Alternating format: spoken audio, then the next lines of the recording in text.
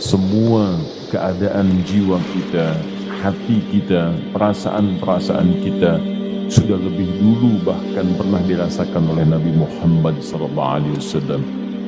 Kalau Anda pernah gelisah, Nabi dulu pernah gelisah. Kalau Anda bahagia, Nabi juga pernah bahagia.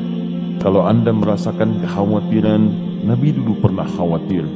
Dan miniatur kehidupan kita sudah dicontohkan dalam perjalanan kehidupan Nabi Muhammad SAW agar kita bisa belajar mengatasi problematika kehidupan.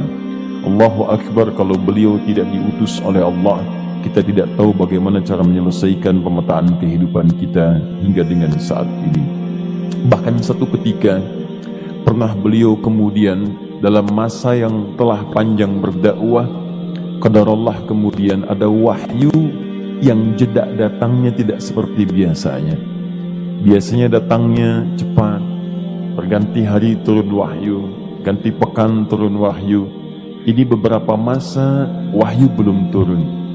Ada hikmah di balik itu. Teman-teman sekalian, tiba-tiba beliau naik ke atas bukit, wahyu belum turun juga. Pulang ke rumah, belum turun juga. Sampai keadaan itu terlihat oleh kalangan kafir Quraisy dan mereka berkata, lihatlah Muhammad sudah gila, dituduh gila. Jikalau Anda cuma dituduh dengan hal-hal yang ringan, dituduh soleh, kan? Dituduh kemudian orang yang berubah, dituduh semakin beriman dan sebagainya, barangkali itu lebih baik. Nabi dituduh gila, Anda bayangkan. Tuh Muhammad sudah gila, Muhammad sudah ditinggalkan oleh Tuhannya, Muhammad sudah kehilangan pegangannya, Muhammad sudah tidak punya orientasi, orangnya sudah nggak jelas, bolak-balik tidak karuan, naik ke atas bukit seakan-akan orang yang frustasi dan seterusnya. Tapi tahukah Anda apa yang terjadi? Setelah berbagai cacian, makian, tuduhan macam-macam diterima oleh Nabi SAW, lantas tibalah masanya Allah menurunkan satu surah, bahkan disandingkan dengan surah yang lainnya. Bersandinglah dua surah ini secara bersamaan turun, surah ke-93 dan surah ke-94-nya, terkait berkelindan, memberikan satu harapan yang sangat panjang. Kata Allah, wadduha wal-laili idza saja ma wadda'aka rabbuka wa ma qala walal akhiratu khairul laka minal ula walasawfa yu'tika rabbuka fatarda alam yajidka yatiman fa'awa wa wajadaka dhallan fahada wa wajadaka 'ailan fa'aghna fa'amma al-yatima fala taqhar wa amma as-sa'ila fala tanhar wa amma bi ni'mati rabbika fahaddits. Ya Muhammad, saya bersumpah dengan waktu duha. Kalau kita baca dengan ilmu balaghahnya, itu bukan sekedar sumpah mengilustrasikan waktu duha. Karena di ilmu balaghah itu nanti ada 3 turunan ilmu. Ada disebut ilmu ma'ani, ilmu mencari kata-kata sehingga ungkapannya sesuai untuk disampaikan. Mana kata-kata yang tepat untuk disampaikan dalam konteks yang ingin dibicarakan, itu ma'ani namanya.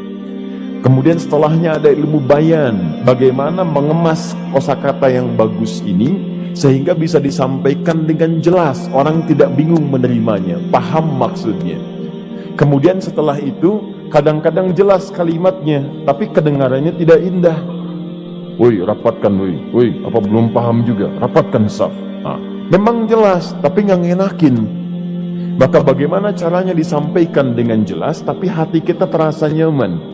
Memuji terasanya nyaman, diserahkan kepada Allah, tapi ada kebahagiaan, disampaikan tidak terasa tergurui, diperintahkan serasanya diberikan jalan untuk mendapatkan kebaikan. Maka yang ketiga disebut dengan ilmu badi' namanya, ilmu menghiasi kalimat yang disampaikan sehingga terasa dengan nikmat. Turunannya nanti ada majaz namanya, mengambil sebuah kalimatnya untuk diposisikan pada kalimat yang nyaman disebut dengan kinayah turunannya.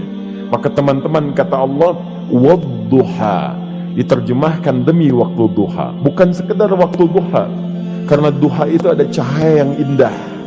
dirasakannya enak. Antum keluar waktu duha kan enak tuh, berjemur, kata orang Sunda moyan gitu kan, datang, bahkan sampai dianalisis ada vitamin D-nya bisa terasakan.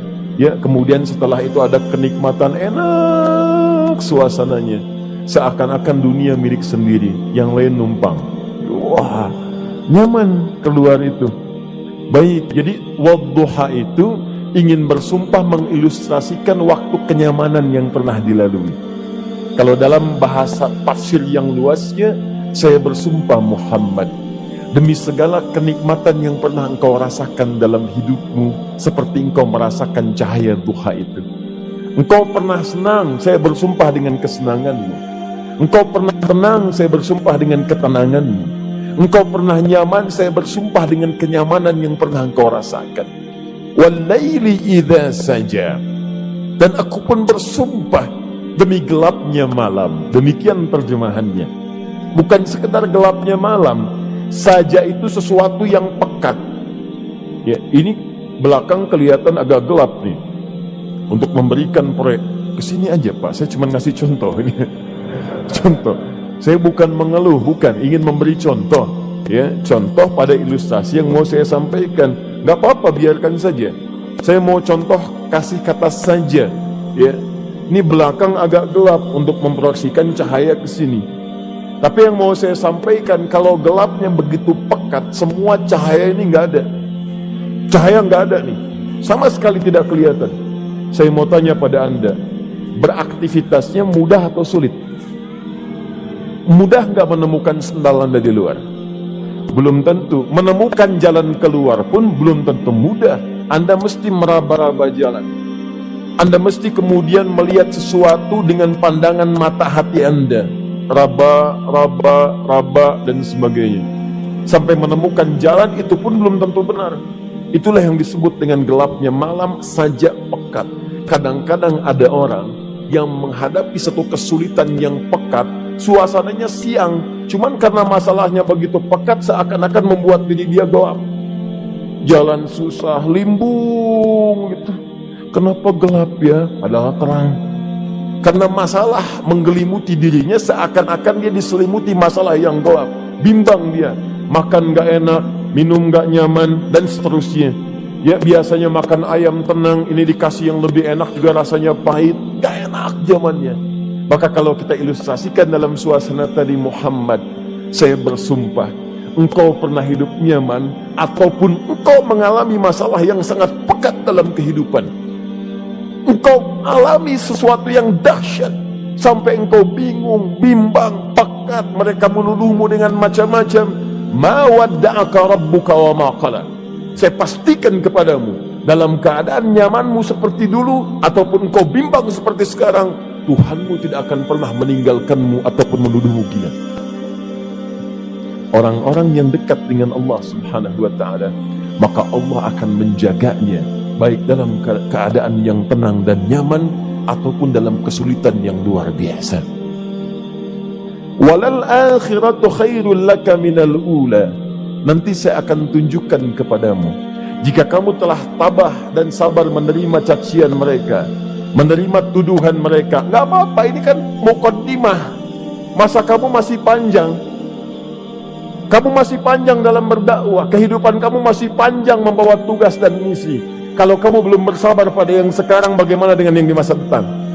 Tapi saya pastikan kepadamu, jangankan yang seperti ini, masalah pekat yang paling hebat pun kamu akan hadapi, yang membuat kamu sedemikian sulit lebih daripada ini, yakinkan pada jiwamu, aku tidak akan pernah meninggalkanmu.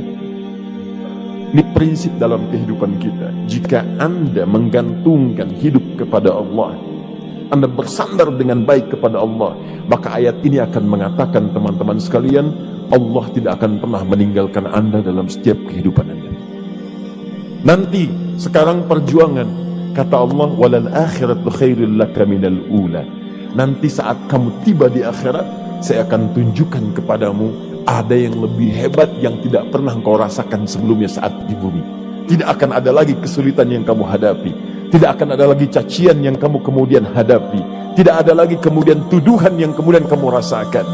aku akan berikan apapun yang kamu inginkan sampai kamu puas. Wala sawfa yu'tika rabbuka fatardah. Nanti kamu pengen apapun, aku berikan. Kalau saufa masih ada jeda, ya. Kalau bahasanya wa yu'tika mungkin seketika. Tapi ketika mengatakan saufa, artinya bukan saat ini Muhammad. Sekarang pun aku berikan, tapi nanti yang di akhirat aku berikan sampai kamu merasa puas. Ayo minta apa saja. Hadir, hadir, hadir, hadir. Tapi yang paling indah, kalau kamu tidak percaya, alam yajidka yatiman fa'awa. Cobalah ingat, kalau sekarang sedang susah, coba ingat dulu. Bukankah saat kamu yatim, aku yang merawat sampai kamu tidak merasakan kegelisahan itu? Lahir bapak tidak ada, aku cukupkan dengan kakek. Kakek meninggal, aku hadirkan ibu dan paman hadir di sekitaranmu. Ibu meninggal, ada kakek. Kakek meninggal, ada paman. Dan Khadijah hadir di sekitaranmu. Bukankah aku rawat pada saat itu? Wajadaka dhallan fahada. Kamu sedang bingung, sedang susah, bukankah sering aku berikan petunjuk kepadamu? Wajadaka ailan fa'aghna. Kamu merasakan kesulitan, lahir dalam keadaan yatim, tidak ada pendukung, maka aku jadikan kaya. Bukankah saat kamu menikah dengan Khadijah, aku tambahkan lagi pendukung untuk misi dakwahmu? Ini pesan dalam Al-Quran. Kalau anda sedang merasa susah, kalau ingin menenangkan diri, ingat-ingat yang baik-baik yang dulu. Kalau anda sedang jatuh dalam bisnis, ingat-ingat saat anda meningkat dalam bisnis anda. Allah tidak pernah tinggalkan anda. Mungkin ini ujian untuk membuat anda lebih hebat lagi di masa depan. Kalau anda tidak tahan bantingan yang sekarang, bagaimana anda bisa mengatasi pelintiran yang akan datang? Karena dalam kehidupan bukan cuma dibanting. Anda mungkin mengalami penyingkiran, penyungkuran, lipatan, guntingan, bantingan, macam-macam. Jikalau satu gaya belum bisa anda atasi, bagaimana anda bisa berharap mendapatkan turunan yang lainnya? Selalu ingat bahwa jika hidup anda ingin tampil gaya, anda harus merasakan tekanan dalam kehidupan. Karena F selalu berbanding lurus dengan P, hukum Pascalnya. Gaya berbanding lurus dengan tekanan.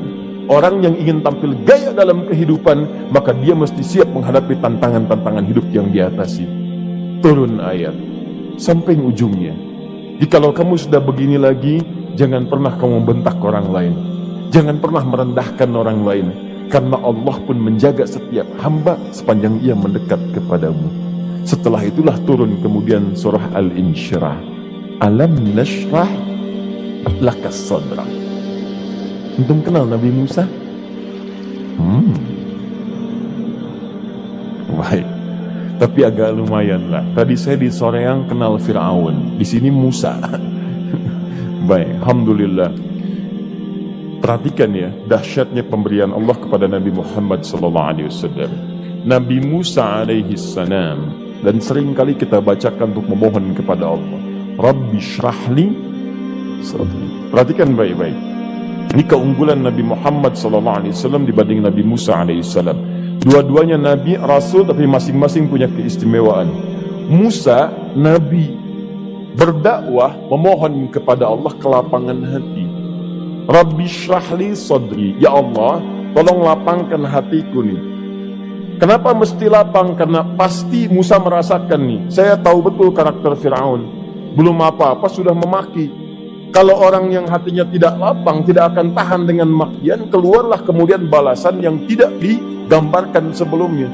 Fir'aun itu kasar. Kasarnya bukan sekedar kasar, bahkan saking kasarnya bisa berujung pada eksekusi kematian. Saya contohkan tadi di sore yang ini, saya nggak suka dengan rambutnya nih, kata Fir'aun. Bukan nyuruh nyukur mas, tolong pisahkan kepala dari badannya. Gitu gayanya tuh Fir'aun. Ya, bukan nggak ngenakin. Susah dengan Fir'aun itu.